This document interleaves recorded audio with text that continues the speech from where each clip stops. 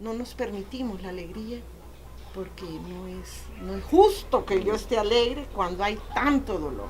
Tanta injusticia, ¿no? Y tanta injusticia, pero cada vez lo que vamos transmitiendo entonces es ese dolor, ese pesar de lo que pasa.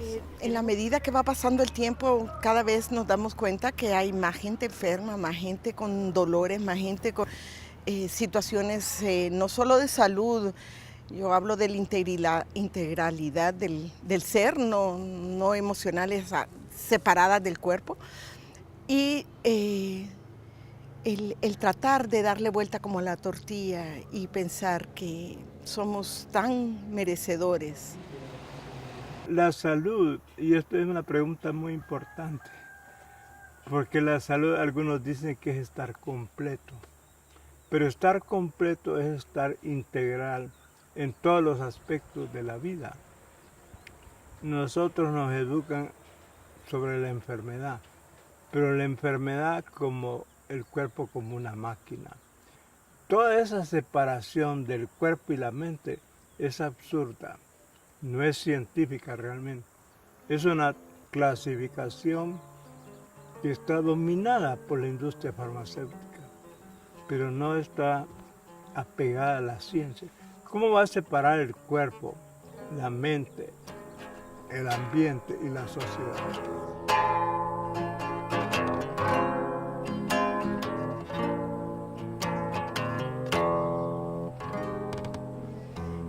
Lo que buscamos con este taller es conectar la vida a la respiración.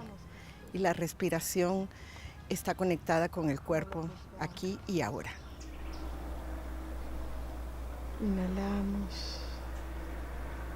Y la respiración es un elemento que nos hace estar en el aquí y en el ahora. No puedes respirar por ayer, pero tampoco puedes respirar por mañana. Entonces respirás hoy.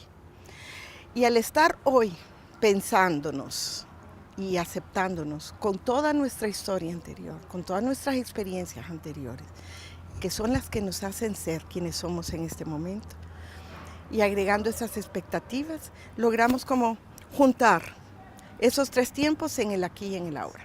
Entonces, ese elemento nos hace vernos, para empezar, como que no estoy parada yo como individuo en este mundo, soy parte de, pero soy parte del todo, y el todo es el planeta. Y el todo es el poder juntarnos, aunque no nos veamos, desde el respirar. Así que vamos a caminar más rápido, mucho más rápido. Sienten sus pies, sienten sus piernas. Lógicas, que están agarradas con cuestiones económicas.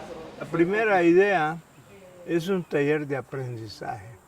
O sea, ahí no habían maestros, aprendíamos todos, compartíamos.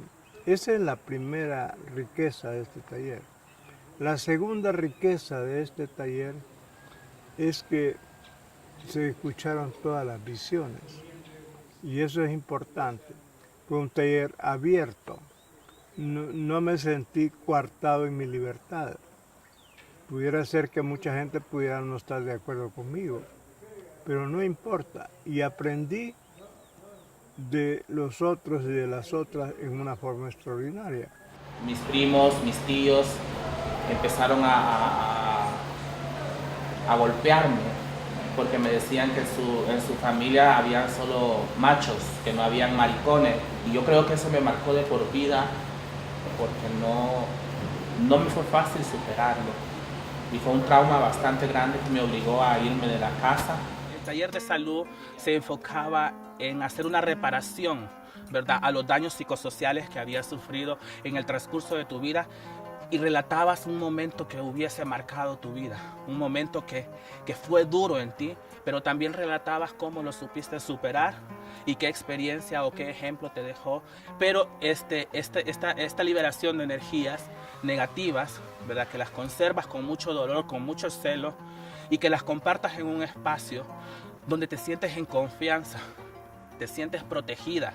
Eso permite liberarte y exponer esta situación de una manera de la cual no te hiera, pero que no deja de doler, ¿verdad? Y que expresar repara.